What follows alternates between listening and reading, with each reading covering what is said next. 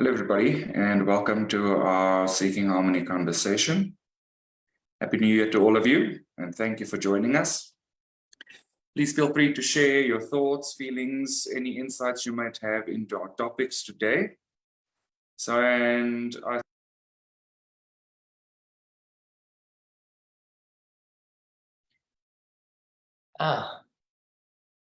We lost. Well, yeah, it looks like Granville. I think we're still live, but Granville just popped in. Okay. Maybe he lost the internet. Oh, there he is. There he is.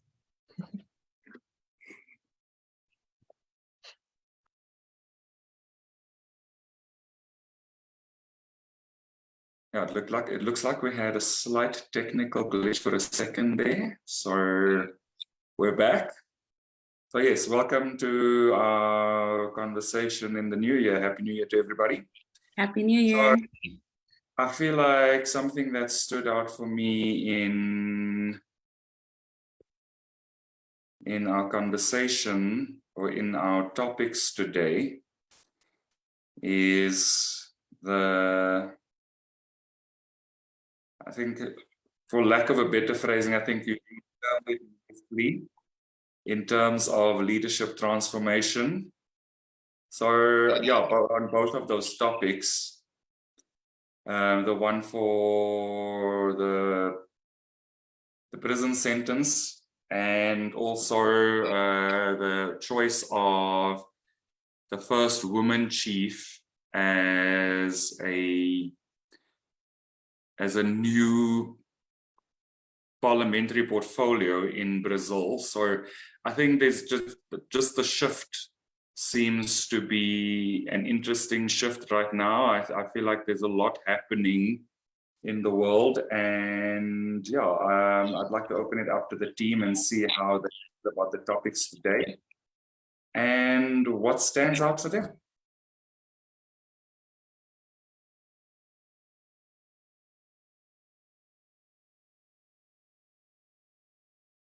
Shall we start with the good news with Guajajara election? Yes. I think it's a great step up into the preservation of the rainforest. And it's surprising because the person before her actually wanted to segregate the Indigenous community even more, and was praising the US cavalry about our actions towards Indigenous people. And now it was a landslide vote for Guajajara to have appointed this leadership position. So it's great that this has completely turned to complete 180. And yeah, and it's not just for the country of Brazil, it's for our world to have such a preservation, and it's much needed in this environment. I agree. I think it's great. And I think people realize how under Bolsonaro, like the Amazon was so much in danger, and how the people of Brazil were segregated and not represented in the way that like Brazilians and the rest of the world like love to see them in like pride of their culture and cultural background that is like diverse. And so seeing how Guajajara is now, you know, it's kind of like she's become an icon, like a powerful figure of change, and how the people choose, and how we're still choosing her, and we're still choosing respect of humanity and our brothers and sisters. And so I think it's a huge success. Yeah, and just an illustration of like the power of how we choose. Yeah, that's kind of what stood out to me. It seems like the decisions that Brazilians are making are really leading them towards taking their power back and like creating more unity within the country, which is also just a reflection of, you know, the greater human consciousness. I think we're kind of moving towards that. And, you know, there's such a huge contrast between Bolsonaro and Lula da Silva, you know, because Bolsonaro very much was vocal about how he opposed indigenous rights and access to land, and he made several racist statements, and, you know, did not really care about the Amazon rainforest and all the corruption around that. So it's a very nice thing to see that, you know, not only do the people of Brazil, they're taking their power back, but the person that they elected as president is actually keeping his promises that he's going to, you know, include indigenous people in the cabinet and actually, you know, focus on hopefully restoring the Amazon rainforest. Because I agree, it's such a vital resource for the whole world. And, you know, there's such a diverse environment and like ecosystem, and we would all be worse off if, you know, they continue to degrade that region. So I'm very happy to see it too. It made me very happy.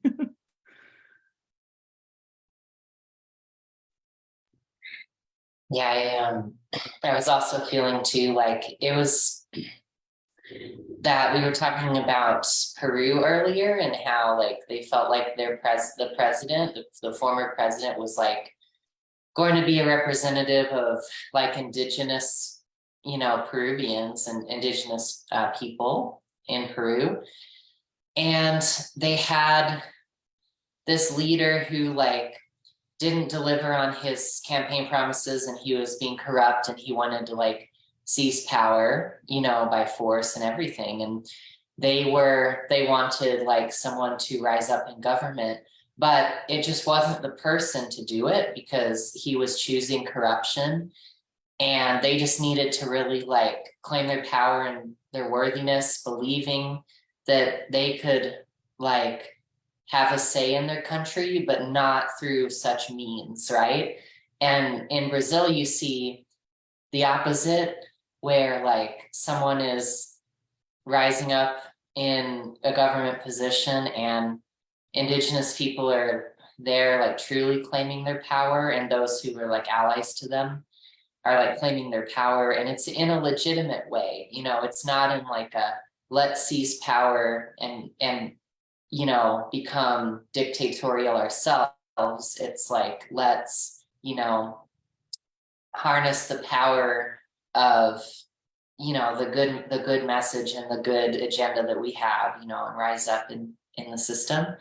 So I felt that was really cool too, you know, and it's like it's good for South America because like South America is going through so much turmoil now, that Brazil is there and showing that you can like have that, you know, democracy that does serve different people's interests. Yeah, it's cool. So. Yeah, I like that you highlighted the shift in power and the shift in people calling in almost the correct or right type of support in their leadership.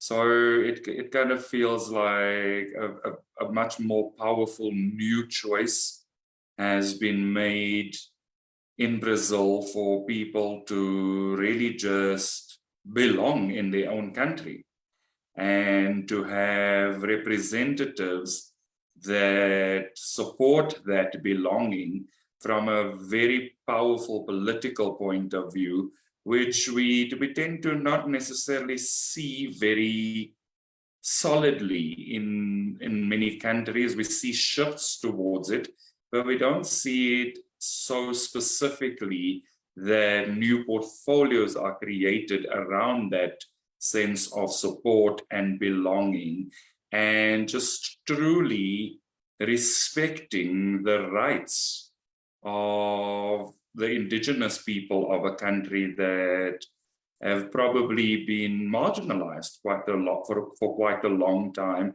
and probably been on the fringes of society for quite a long time. And so there's a nice shift and a nice sense of truly integrating the populations of a country that is, it's really a much more comfortable sense of a movement in the political landscape in respect of almost bringing things together as opposed to kind of pushing them apart. I think, sorry, I think there's a feeling there of, well, how can I say it? When Bolsonaro was elected, there was a feeling of the country closing in on itself. And I think it correlates with the feeling that you talked about like pushing people away on very separate ways. And I think in a sense, Brazil was like kind of not acknowledging how big of an impact and a power they have, because like if we take it today and like the news that we see today and just the sheer size of the country and the importance of it for the rest of the world, like it's synonymous with like how important and impactful Brazil is as a power. And I think there was just this feeling for like 4 years that the country just like disappeared or was just hiding, you know, that feeling of like not honoring like their power in a sense. And now I feel like you're feeling like them taking back this power and leadership for themselves, and just like claiming it for themselves, it feels like the rest of the world is feeling it too. So yeah, I don't know how you guys feel about that, but that's just a feeling that I have inside about it. Yeah, what you were saying as well as Granville about taking over, I read that they only had about 13% of Brazil as their land. And even within that, it was part of the Amazon rainforest. So this not only like this taking and expanding in the legislative law, but also expanding within the physical roots of their land. It's showing on both aspects. Yeah, and I feel like what Lula's doing and everything, like what his government's intention is to make a sustainable future and to like tread those new paths for humanity. And I think the reason why, like in Brazil and around the world, why there's been like also a lot of support for people like Bolsonaro, who like is because like there's a feeling of trepidation, or like there's a fear of like the new, basically, and a fear of change. And Bolsonaro and other people like him, like Trump, or you know, Viktor Orban in Hungary, or like these other like right-wing like authoritarian type figures, they want to like say no, forget all of this like change and development, forget all of this, the growth and the advances we've had. We're just going to like go back to the past way, the way that you used to. Like we're going to go back to the old ways. And you know, I think that that's why, because there's that trepidation. Like some people are feeling like, oh my God, like I don't want to face all of this stuff. I don't want to like go forth into the future. But a lot of people are saying like, we really need this and we welcome this, and it's going to be happier, and it's going to be like more peaceful and for everyone, and like more productive. And I feel like that's what like Lula and his new like Minister of Indigenous people is like representing, like those people like choosing to change and choosing to adapt and choosing to like live forever and sustainable, instead of being like, let's just like take all our country's resources and let's just like extract them. Like, let's just like get rich off of it let's just plunder. And that's like the old way, like, you know, is to just like pillage and plunder, and you're not really caring about tomorrow or the future. But with the new way, you are like, you're being sustainable, and you're being like, you know, we want to include everyone, and we want like reciprocity. Like, we don't want just like taking and like extracting, basically. Yeah. So very glad we made this choice as Earth, because I don't think we could afford it if we didn't, honestly, because of where we're at with climate change. But it's really beautiful to see that we are choosing, we're definitely choosing to like save Earth, you know, rather than continue destroying it. Yeah, when you said I don't want, like, we don't want the old government regime that doesn't want to deal with the newness and all of this, it reminded me of the murders that happened because of this, like the thousands of people that lost their lives trying to save the rainforest, trying to save their tribes and their collective land. And now that we're starting to, you know, bring more light to it, we do have to reforest, and we do have to grieve all of the lives that have been lost, trying to protect not only themselves, but us, like all of our resources. So it is something that is unraveling and has to be dealt with, you know? yeah, and I was also feeling too, it's kind of like an instance of like Indigenous peoples are speaking up, and you know, they're choosing and demanding their voices to be heard in like the government of the country as a whole. And we were talking about that earlier with like the Navajo and their water rights, about like there's this feeling sometimes that people want to like, Indigenous people feel traumatized, you know, reasonably so, and they want to like, they don't want to open up to their government, and they don't want to try to work with the bigger government because there's so much, there's hurt there. And but I think that what the new like Indigenous minister is showing is that it's worth it to like confront that and confront those traumas and confront that pain and like love yourself and love others through it, and you know, to like make your voice heard in the government, and that you don't have to, if you participate, you can influence the government and you can influence the country, and you don't have to like cut yourself off, which is kind of again, it's like understandable, and it's probably, it's compassionate to a degree, because you know, it's compassionate, like you want to like, yeah, like cordon yourself off a little bit, right, from if people are, you know, being like abusive to you. But at the same time, like there's like this balance of like also making your voice heard in the bigger picture of it, I feel. And that's what they're doing, you know, which I think is cool. Yeah. So I think there's something that we glossed over a little bit in what Joreen shared, and that is the sense of Brazil actually starting to take their place in the world, and specifically because of the fact that there's been such significant calls for shifts related to climate change. And you then consider what the Amazon does for the global atmosphere in terms of recycling. I think they said that like literally up to 13% of the carbon dioxide in the world, which is quite significant. But you can see Brazil answering the call of consciousness in this new choice.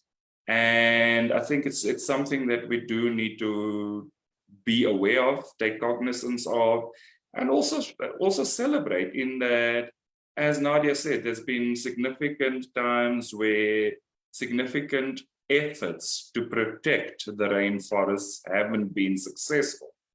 And now Brazil is standing up very powerfully and saying, not only are we going to recognize Indigenous people in our country, but we're going to recognize what they stand for and the power that they hold in the world. And that again, it's a very, we can just see the power of a collective choice for change and for renewal that we mustn't overlook. Yeah, I agree. And I think what Yoreen mentioned about Brazil kind of setting the foundation, being a catalyst for other areas in the globe, because, you know, we see these patterns everywhere. There isn't one country or a continent where those patterns don't exist, you know, where there's groups that are marginalized, the environment, you know, is abused.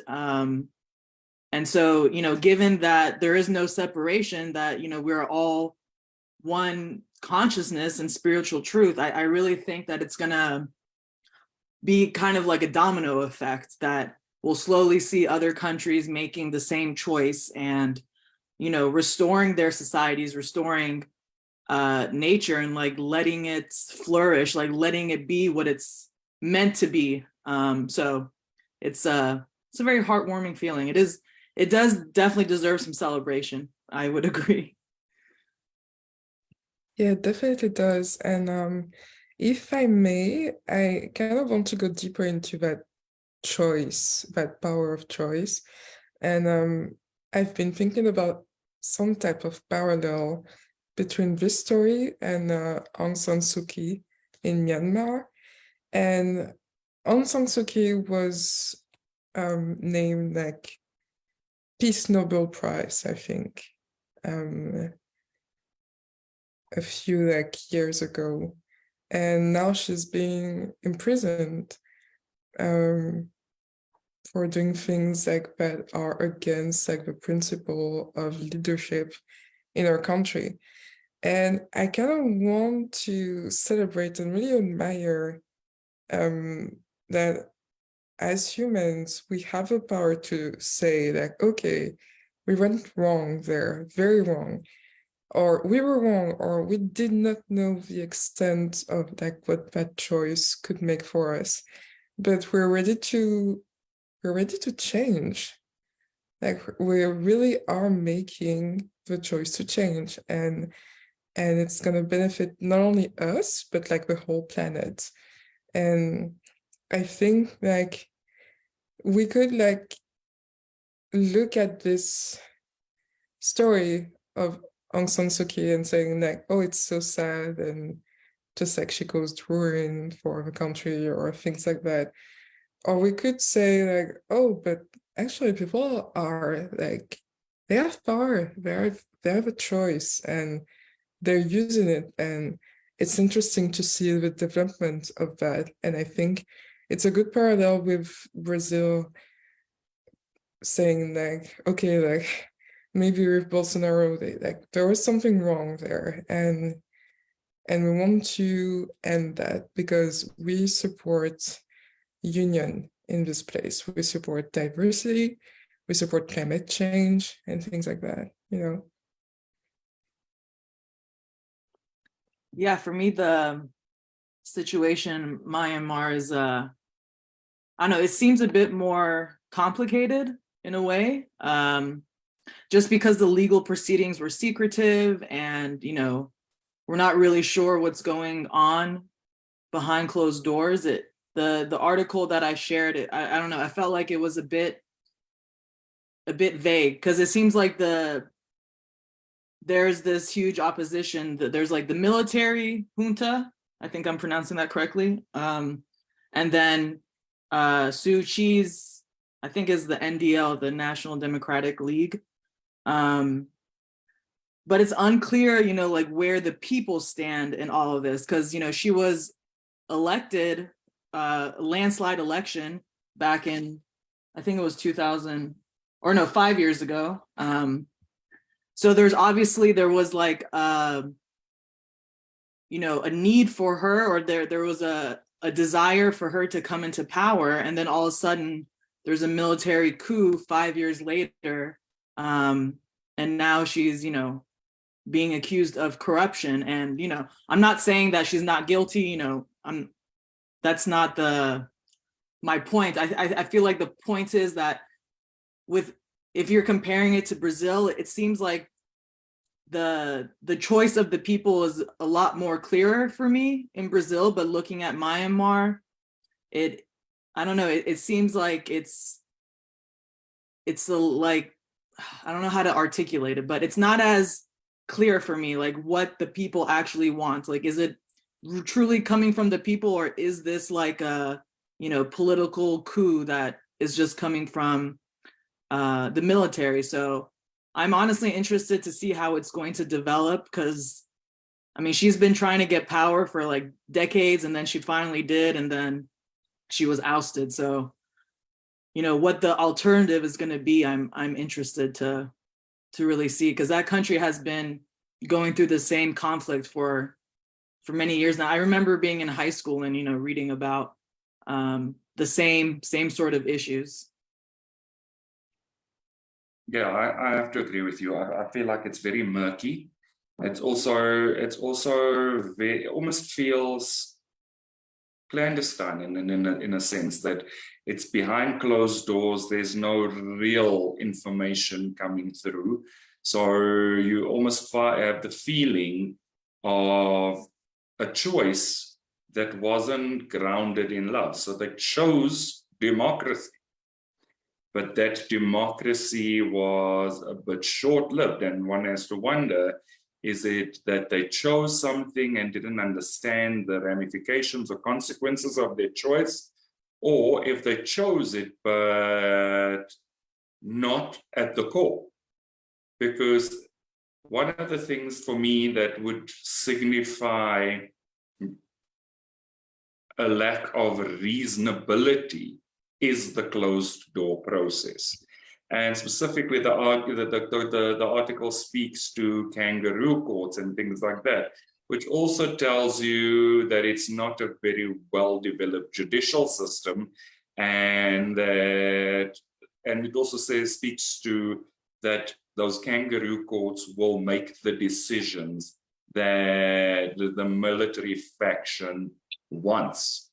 So one has to wonder how much due process is followed there, or whether it's a situation of corruption charges to show that, hey, we tried democracy and it didn't work, so our way is better. Where their way isn't better, but it's kind of, this cloak and dagger thing of, we have to shift it. We have to shift it in our favor in any way that we can. And the way that we do it is by a false narrative. So I have a strong sense that the narrative isn't as based in truth as what it could be. Otherwise, there would be no reason for it to be such a closed process. Specifically, given, as you say, that the country has had a significant history with dictatorship and coups and literally militaristic violence for many years. One has to wonder how much truth there is to the sense that there was actual corruption. Yeah, and you can't, it's hard to really know. You can't really know. Like, it struck me as weird that she was sentenced to 33 years in prison for, well, it was actually, so the charges against her have been like building up to such a long prison sentence, but like she was accused of like corruption in the buying and usage of a helicopter. And to me, that seems kind of like a weird charge. Like, so you're going after her for a helicopter. Okay. Like, that seems strange to me. Like, it seems like they didn't want to accuse her of something so big that it would be seen as weird, but they didn't, they wanted to find something that, I don't know, but we don't really know. So that's the thing. But But I think you've touched on something very important in the sense that does the punishment fit the alleged crime? And legally, there has to be a level of substantive justice here. And it doesn't feel like there's substantive justice. The punishment does not fit the crime, which makes you one, it kind of just definitely casts a big shadow of doubt on not only the charges levied, but also the punishment, but also the initial intent behind this entire process. And again, it's this thing about, it's literally been a process that's held in the dark. And it's not only that just the world is in the dark, it kind of feels like the people inside of the process are in the dark as well. So it's just like spilling over to a lot of, for me, political confusion in that country. Mm-hmm. And yeah, the other thing too I wanted to mention too, which may factor into this, is that Aung San Suu Kyi, she held this position that had like limited authority, like in the country. The military was still in control of police, justice, and border security. And the military in that country is prosecuting an ethnic cleansing right now. They have been for years, of like the Rohingya Muslims in the north of Myanmar. And they're Muslim people who have lived in Myanmar for like a long time. And in Myanmar, the sentiment of a lot of people, because of like whatever, is they're like, they don't belong in Myanmar, and they want Myanmar to be like a Buddhist country instead of like have diversity. And so the military has been, conducting this ethnic cleansing, and the Rohingya people have been having this basically situation of like going through feeling victimized and persecuted. And the thing is, like Aung San Suu Kyi, when she rose to power, she went back and forth between saying like, yes, this is a problem, but like there's not much I can do about it, to like minimizing the problem, or saying like it's not an ethnic cleansing or it's not a genocide. And it sounded like to me, she was like, I finally got power after all this time, and we finally have a chance at democracy. And if I call them out on this, then they're probably going to like remove me from power. And I'm like, yeah, but like this, it's the right thing to do. And she was just, I feel like she's just bending to the will of the military and like trying to work with them when, it's not good. You know what I mean? I don't know. That's what I felt about it. And that may be partly what the dynamics are, because like the people might be unsure, like, do we want Aung San Suu Kyi, or do we want the military in charge? And if they support what the military is doing, then I don't know. It's like you said, it's like you said, it's kind of like a murky situation. It does. I do feel like what I think Granville said before, like the people might choose it, but it's not a choice at the core. Mm-hmm. So that then like they have to go through this healing to like really make that choice, But yeah. Yeah. Because she wasn't like standing for like true like democracy and freedom for everyone. Like, I don't know. Yeah, I saw that this term coined, disillusioned democracy, which really resonates with how her regime has been going. And as much as I've known what's going on in Myanmar, it's the dislocation of like almost 1 million people going to Bangladesh, where my parents were from. And it's almost like them experiencing their ethnic cleansing and their genocide.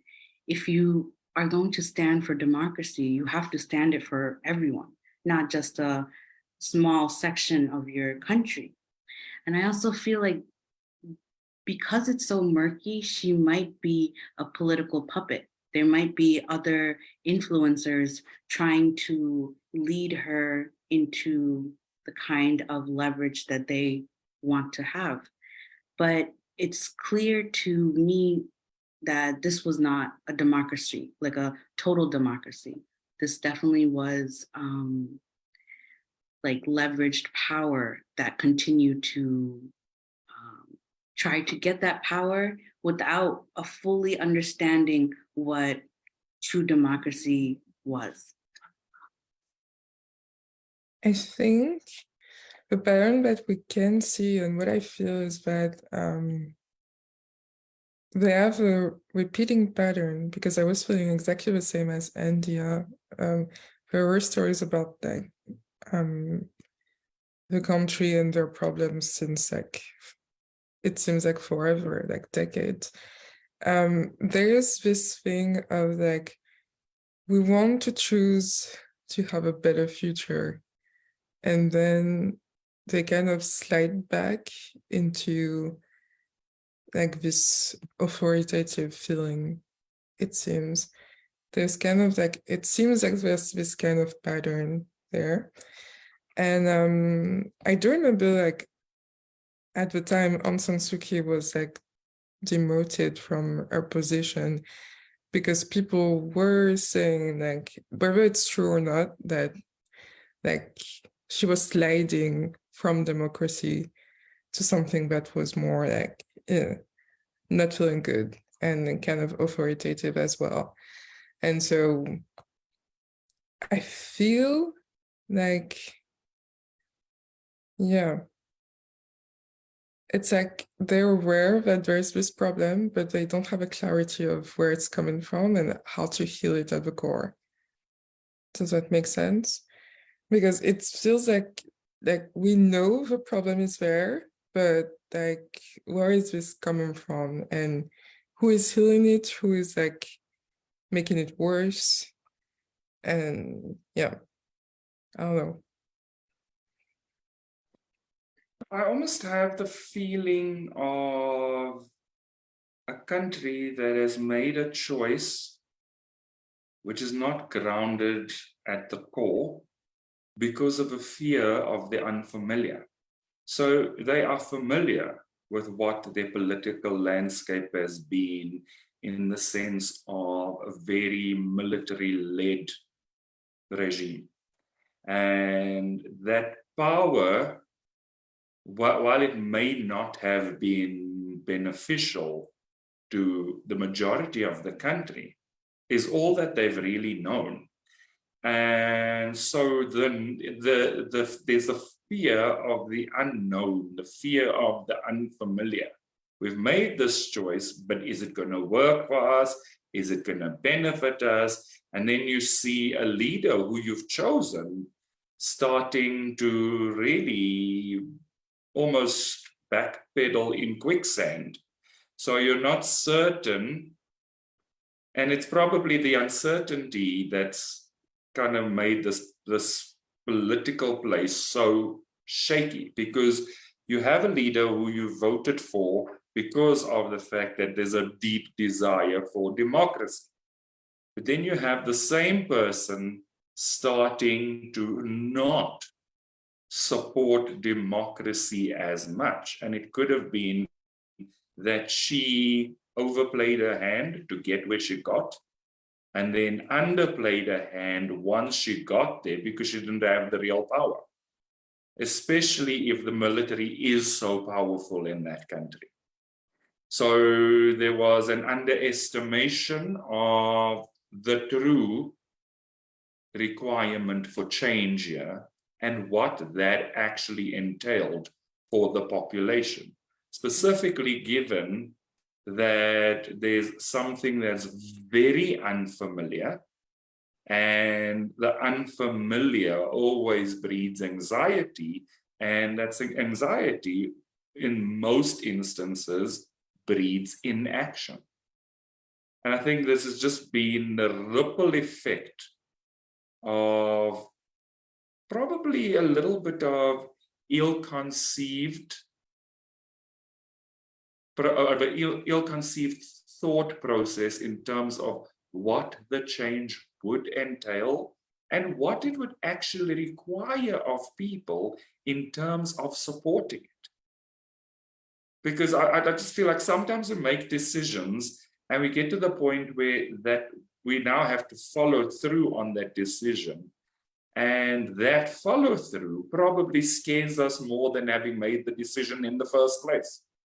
And it kind of just feels like that's been the glitch in the consciousness in that population.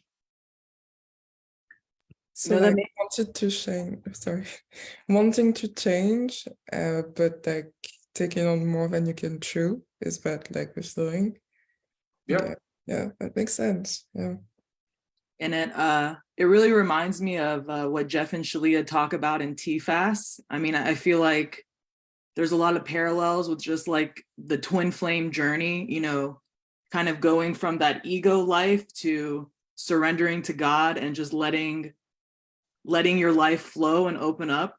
But you have to get really clear on your choice. You know, you can't have one foot in ego land and then another foot you know, with God. Like, you have to be fully committed and surrendered and very clear on what it is you're choosing and what it's going to require of you. So I feel like the same sort of process has to happen individually and for the people in Myanmar, but also, you know, it's obviously reflecting too just parts of the human consciousness that are kind of still on that shaky ground where they desire something more, but the clarity of the decision and what it really entails hasn't really been internalized for them. Yeah, it's kind of, you know, it's kind of that thing that we've heard all of our lives and we start to see play out. It's that the courage of your convictions to drive your actions. And it kind of just feels like they wanted something, but they wanted somebody else to fight for it for them. So there wasn't a full commitment to the change that they were calling in. And that's what the Rohingya people are experiencing too. You know, because I mean, they're experiencing that feeling of like, I don't know, it's their challenge to go through, but they're experiencing it as being like, you know, won't somebody like help us, basically. And they have to, I know that there's a way forward for them and everything like that, but they're experiencing that. And I think the key is that for Myanmar is that people have to decide, like, what do I want? Because I think they might feel, like you said, a perceived benefit to keeping the military in charge, the junta in charge, like maybe the familiar, the security of the familiar. And they might also feel like it gives them something by advocating like this, like a nationalist message, like being like, this is like a tough, strong man country. This is a country for, you know, Burmese people who are Buddhists. And, you know, this is not a country for anyone else. And there's like this perceived benefit. It's like the secondary benefit of ego, right? It's like when any dictator or person, or like Hitler, for example, or Stalin or something, being like, oh, you know, these people are the problem. Let's deflect our attention to these people instead of focusing inward on the country's actual problems, you know, let's just focus on that, or whatever. Or like, these people are like counter-revolutionary, let's get them, you know, instead of like, let's just focus on improving our country and not like blaming people. You know, I feel like that's the secondary benefit. And maybe it speaks to healing trauma from colonialism, because Myanmar was like colonially ruled by Britain and like oppressed. They felt oppression there, and so I feel like that happens so much in history where people experience that oppression, and sometimes there's learning from it and there's compassion and there's inclusion, but sometimes there's just a repetition of the same thing where you become like your abuser, just like you see in families where, well, my dad or my mom was abusive to me, so I become abusive too. And I think that's might be what we're seeing in the country, you know, because they're like, now we're the ones in charge, you know. And if they let go of that and they see like this isn't giving me anything real and this government is actually really bad for us, then they'll be willing to throw it off. But if they feel some benefit, then they're gonna like try to keep it, you know. Yeah. Yeah, there's a quote that she said in 1990. It is not power that corrupts, but fear. Fear of losing power corrupts those who wield it. And I think she said that and she became that after a decade or so, with that fear of losing power, that she couldn't completely, like, she didn't choose to condemn the genocide and the things that were happening in that country. And I think that really, I don't know, I'm definitely getting hurt from that because it's a country close to my birth country, and a lot of my families have helped refugees coming from Myanmar. So to, you know, represent democracy and not represent democracy and completely turn the other cheek to what was going on in her country definitely showed that she had fear of losing that power. And I also feel like her education kind of influenced it. She did have some time studying in India, and she saw that there were segregation between Hindus and Muslims there. Maybe thinking that because India is such a powerful country and still was able to continue that segregation and continue that majority versus minority, that her country could also be a high power country within that segregation too. But turned out that it didn't turn out like that for her country. And yeah. I think what you're pointing to is that it's seeing power, but in small things, you know, how Eco has a plan and God's plan is way bigger. And it felt like she felt power in like the regional aspect of like, oh, my neighbor India is doing this, so how can I gain power for Myanmar in what I can do? And it's not about what I can do, it's about what God does, you know. And I think like lack of clarity is like also lack of faith, because clarity is confidence and confidence is faith. And I think that's what they're missing there. And that's what we see in leaderships, and that's what we see in relationships, and that's what we see in our own like personal journey. I know I experienced it with like some of my relationships. I think if you don't see that there's God there, you could be like the best person, but you're definitely going to fall prey to like this fear. And depending on your surroundings, it's gonna play out in one way or another. And it was definitely not the time to be without God in that country, because she had a lot to build. And of course, like there's an unconscious choice there, unconscious. So we can't deny that, but I think we can have a lot of compassion and like patience for countries going in that direction. And I can say like what I feel is that Myanmar has so much power in truth, but it's not recognizing that it's just not that small of a country. It's not that regional secondary power.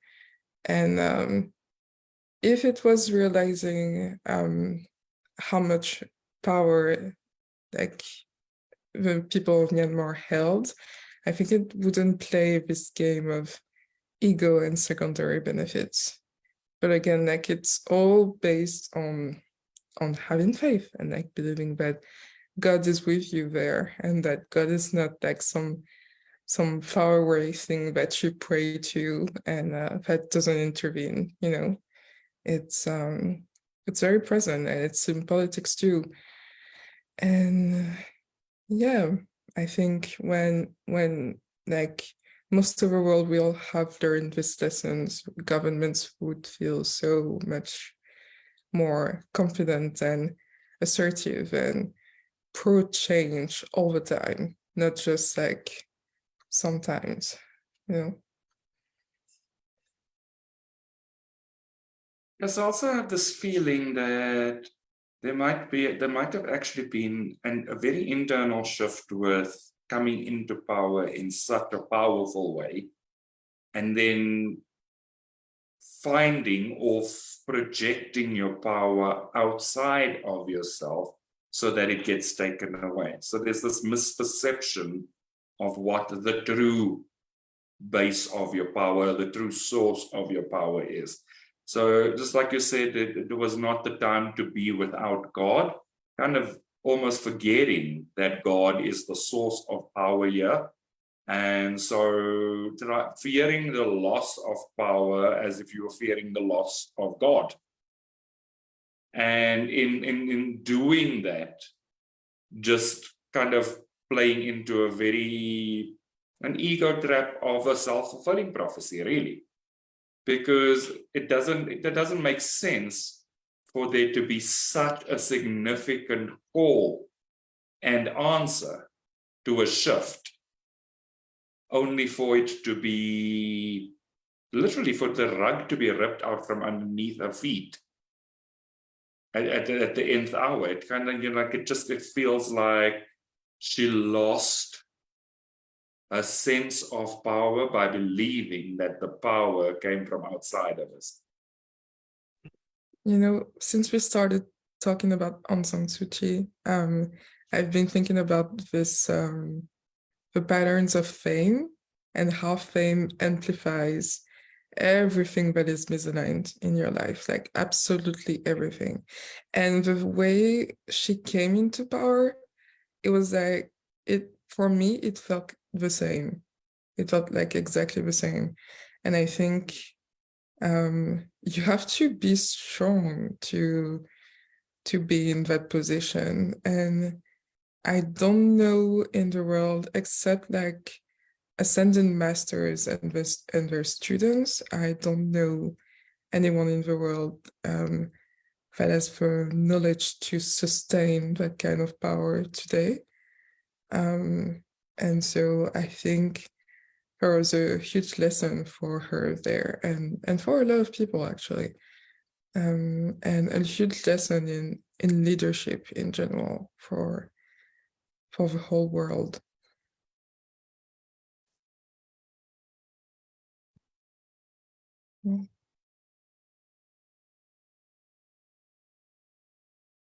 Yeah, that feels like a good place to move on to the next topic. Yeah. So Yeah. Well, I was feeling like that it kind of connected to the laws in California. Do you guys want to talk about that, or does anyone feel like yes. it goes a different direction? Yeah, well, so to that point about like people claiming their power, I did feel like people were claiming their power in various ways, as you can see through the laws like passed through California. And that's cool. And there were like so many that have passed this last year. There was some that were saying it empowers people to sue people who send them like unsolicited like sexual material, like dick pics basically. Yeah, because like it's a problem, and so that law was passed, and that I was like, isn't that already a thing? Like, shouldn't you be able to do that? Like, that's like serious like harassment. So that's something.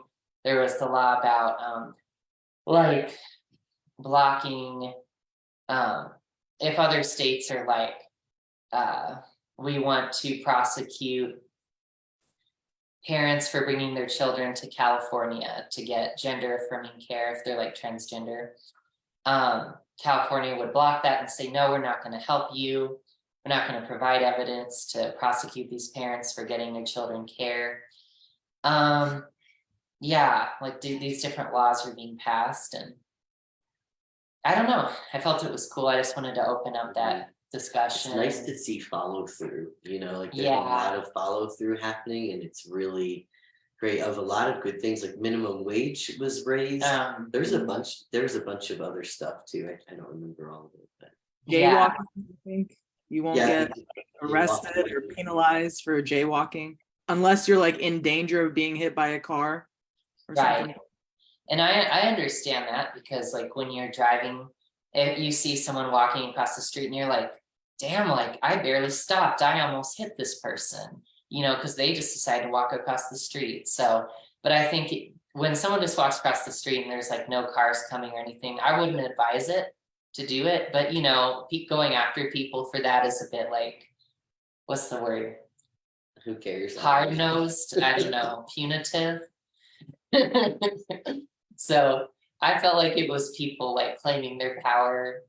I feel like in the US there's this sense of like, because I'm in California or because I'm in like this kind of state, I will be safe and looked out for. That's something we need to heal. Like for transgender people, as a trans person, I was looking at that and I was like, so many people feel like they have to like flee to California in order to like feel safe and supported. So I was like, yeah, that's something that we should look at. But I also felt like, what a big like measure of empowerment, you know, for people who are there, you know. Yeah, I feel like I've always felt like, contrary to Myanmar, California is like very assertive. It's like the polar opposite. It's to the point where it's kind of funny. But also, yeah, there's that sense of safety, especially when you start talking about like you know, the criminal points or about abortion, like protection of abortion rights, and yeah, it just feels like there's good and bad. I feel it's very like California culture to say like always like we're the Republic of California, we're gonna do like what we're gonna do. There's some good feeling about it because like obviously it's giving like power to the people and what they actually want, and actually following through on like the regional elections and just saying like, hey, we listen to you, you know. And also like there are like the funny things like laws on jaywalking or things like that, and saying like, wow, this is so California culture, but in the sense like it's very like it's a lot, you know. But yeah, like, you know, I just can like it feels good to see people like being in the power and saying like, hey, I'm powerful, so I'm gonna choose that. Like there's nothing like inherently wrong with it. It's just like it feels good. There's a good feeling there. And probably a bit of like political communication too. But yeah. Yeah, California is definitely leading in its progressiveness, and I do enjoy seeing that. I know California has a lot of homeless population, so seeing that they started a new law on reconstructing their abandoned buildings for the homeless community was awesome, because as far as I know, a lot of them just make camp in the beaches, and this would be great for the times that it gets so cold. So yeah, it's a great example for other states. Cool. Awesome. Thank you, everybody. So we have reached our hour. So thank you for the conversation today. I do believe that there's definitely something more worth exploring here from an individual choice and honoring your individual choices and honoring your power in what is happening in the reforms within California from a legal point of view. So I do believe that it's probably worth exploring further in our next conversation. But for today, I just want to thank everybody for the conversation. Thank you to the people that have followed us. Also, please feel free to like and subscribe to our Church of Union YouTube channel, where you will find all our previous conversations. And we look forward to seeing all of you again next week. Thank you, everybody. Bye-bye. Thank you. Bye.